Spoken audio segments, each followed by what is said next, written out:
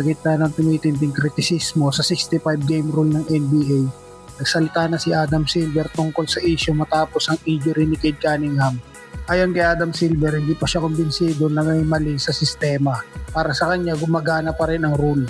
Kahit may mga sitwasyon na tila hindi patas para sa ilang players. Samantala, mariing tumutol ang National Basketball Player Association o NBPA ayon sa kanilang pahayag ang posibleng pagkawala ni Cunningham sa award eligibility.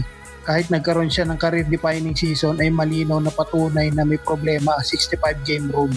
Dagdag pa nila masyadong mahigpit ang patakaran at dapat magkaroon ng exception, lalo na para sa mga players na nagkaroon ng seryosong injury.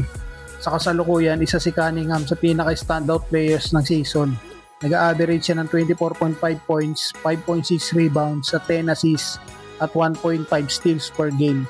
Habang pinamumunuan niya ang Detroit Pistons sa top spot ng Eastern Conference na may 52-19 record.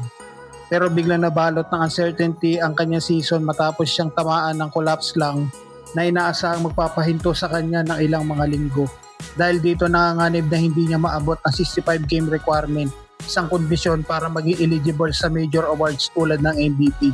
Sa huli, lalong umiinit ng debate. Mas mahalaga ba ang kalusugan ng player o ang consistency sa paglalaro?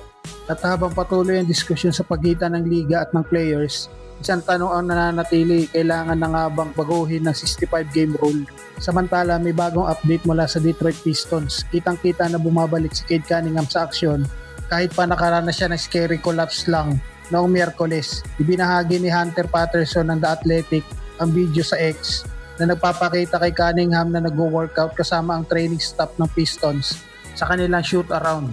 Hindi malinaw kung gaano ka-intense ang session. Pero maganda na makita ang all-star na muli nagpa-practice kahit papano. Wala pa rin tiyak na timeline kung kailan siya makakabalik sa laro.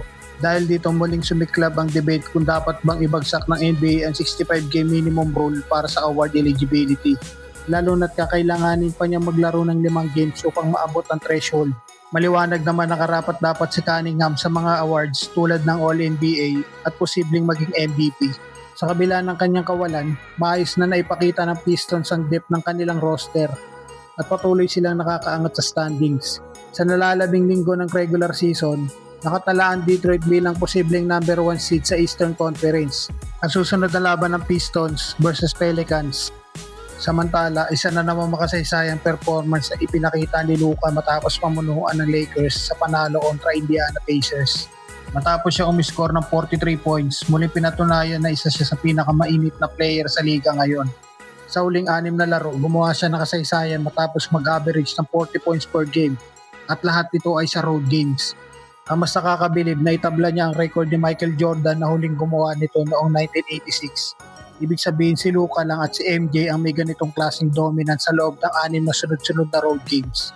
Sa kabila ng pagkatalo ng Lakers kontra Detroit na nagtapos sa kanilang 9-game winning streak, mabilis silang nakabawi at muling bumalik sa panalo.